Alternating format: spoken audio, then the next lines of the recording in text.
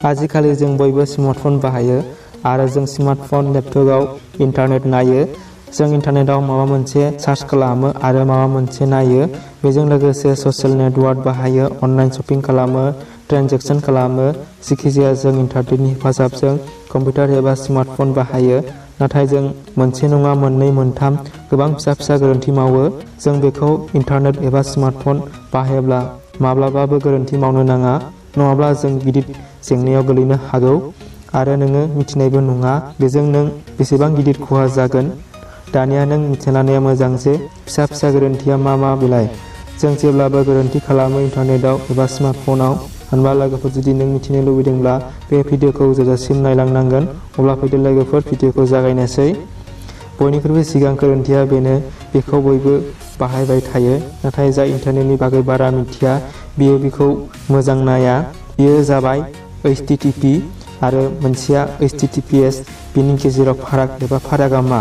होनब्ला नों जिखिजाया वेबसाइट खुलियोब्ला एबा अनलाइन ट्रेन्जेक्सन खालामोब्ला, पेमेन्ट खालामोब्ला आरो नोंनि डिटेल्सखौ अनलाइन फर्म फिलआप खालामो वेबसाइटआव, नों बेयाव नुनो मोनगोन HTTP, गुबुन मोनसेया जाबाय HTTPS।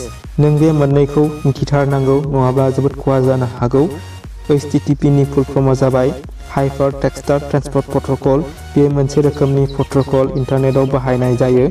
फारसेथिं गुबुन मोनसेया जाबाय hyper text transport protocol square माने बेयाव सिकिउरिटि थायो। होनबा नों बेखौ नायनांगोन। जेब्ला नों इन्टारनेट वेबसाइट बाहायगोन, HTTPS दंना गैया नायनांगोन। जुदि वेबसाइटआव HTTPल' दङब्ला आरो जिखिजाया रोखोमनि इनफरमेसन होयोब्ला, फर्म फिलआप खालामोब्ला, अनलाइन ट्रेन्जेक्सन खालामोब्ला नोंनि इनफरमेसनखौ हेकारा गोरलैयैनो हेक खालामनो हागोन एबा नोंनि डिटेल्सखौ खावनो हागोन।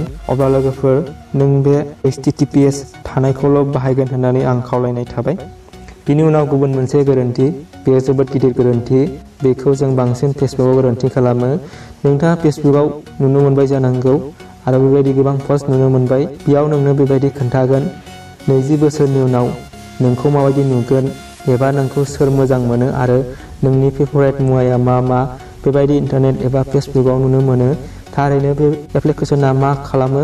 बे एप्लिकेशनखौ थुनानै होनांगौ एबा बे लिंकआव थुब्लासो नोंनि पस्टआ शेयार जागोन फेसबुकआव। बेयाव थुनो नागिरब्ला पारमिसन बिगोन, अब्ला नों एलाउ खालामो।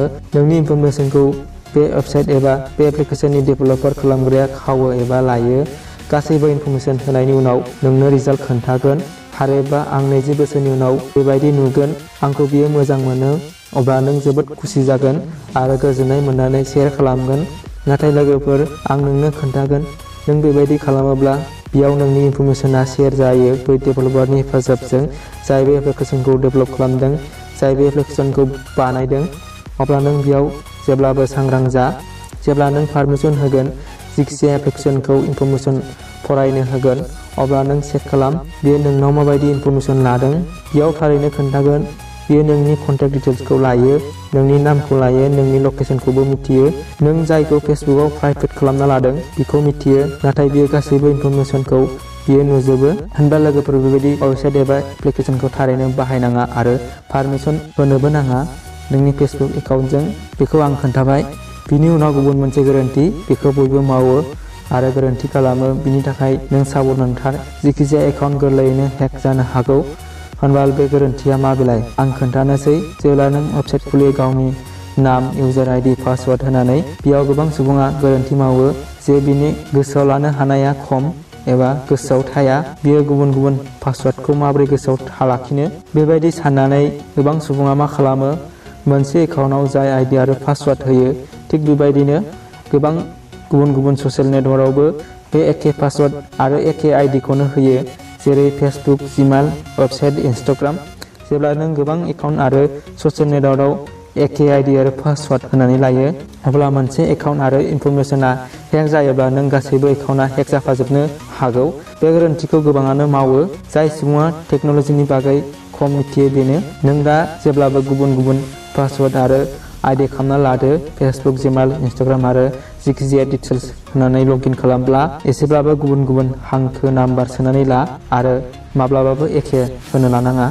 बिनि उनाव गुबुन मोनसे गोरोन्थि, बे गोरोन्थिखौ बांसिन हिनजावफ्रा खालामो। बे जाबाय गावनि लाइभ लकेसनखौ ससियेल साइटआव शेयार खालामो, जेरै जेरावखि थाङा खोन्थायो, जेरै साहा लोंनो थाङो, बेरायनो थाङो, स्कुल कलेजाव थाङो, बेफोर गासैखौबो ससियेल इन्टारनेटआव शेयार खालामो। अब्ला आं बेयाव बुंनो नागिरनाया बेनो, बेनिफ्राय साबधान थानाया मोजां आरो बेबायदि माब्लाबाबो खालामनो नाङा। थारैनो सिख्लाफोर एबा हिन्जावफ्रा खालामथारनाङा। जेरै जानो हागौ नों लाइभ लकेसन शेयार खालामब्ला नोंखौ सोरबा नोजोर होगोन, नों बहा थाङो, मा खालामो आरो माबायदि लोगोफोरजों बेरायो आरो बहा बेरायनो थाङो, नोंखौ सोरबा सुबुङा नोजोर होयो जानो हागौ गाज्रि खामानिनि थाखाय।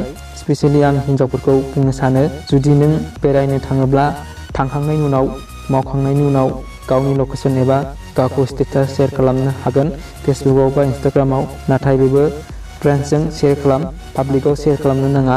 होनबा लोगोफोर बेखौ जेब्लाबो गोसोआव लादो। नेक्स्ट गोरोन्थिया जाबाय फ्रि वाइफाइ बाहायनाय। दानि मुगायाव बेबायदि जायखिजाया फ्रि बाहायनो मोनोब्ला गोजोननाय मोनो जों सानो, ओरैनो मोननाया खहा जाया होननानै। होनब्ला बेबायदियाव नों बास स्टेसन, ट्रेन स्टेसनाव जायखिजाया पाब्लिक जायगायाव फ्रि वाइफाइ मोननो पासवार्ड नाङालासे, हारोबा बेयावथ' पासवार्ड गैया, अब्ला कानेक्ट खालामनोसै आरो इन्टारनेट नायनानै डाउनलड खालामनोसै। बेबायदि गोरोन्थि माब्लाबाबो खालामनो नाङा। बेबायदि जायगायाव हेकार थायो आरो बेबायदि मानसि थायो जे अनलाइन पाब्लिक प्लेसाव फ्रि वाइफाइ होयो आरो नोंनि जाय इनफरमेसन आरो जायखिजाया अनलाइन चाटिं ट्रेन्जेक्सन खालामनाय बेखौ हेकारा खावनो हास्थायबाय थायो। अब्ला हेकारा हेक खालामनो सानबाय थायो आरो नों बेयाव फ्रि इन्टारनेट बाहायबाय। जुदि नों पाब्लिक जायगायाव फ्रि वाइफाइ बाहायोब्ला साबधान जा, मानोना दिनैनि समाव रावबो नोंनो फ्रियावनो जेबो बाहायनो होआ एबा मोना। बिनि सिगां माबा मोनसे नङा मोनसे जाहोन थायो। अब्ला लोगोफोर, बेनो माखासे अनलाइन मिस्टेक, अनलाइन खामानिनि थाखाय गोरोन्थि जों गासैबो खालामो इन्टारनेटआव, स्मार्टफन आरो लेपटपजों। अब्ला लोगोफोर, नोंसोर बे गोरोन्थिखौ मिथिना लानाया मोजां आरो बे गोरोन्थिखौ माब्लाबाबो मावनो नाङा। लोगोफोर, नों जुदि बे भिडिअखौ मोजां मोनदोंब्ला लाइक खालाम आरो कमेन्ट खालाम। बे भिडिअखौ माबायदि मोनदों बेजों लोगोसे नोंनि लोगोफोरनो शेयार खालाम। आरो लोगोफोर, दासिमबो आंनि चेनेलखौ साबस्क्राइब खालामोब्ला साबस्क्राइब खालाम। बेजों लोगोसे कन्टिनिउ सावगारिखौ थुनानै हो। एसेनोसै लोगोफोर, गोजोन्थों।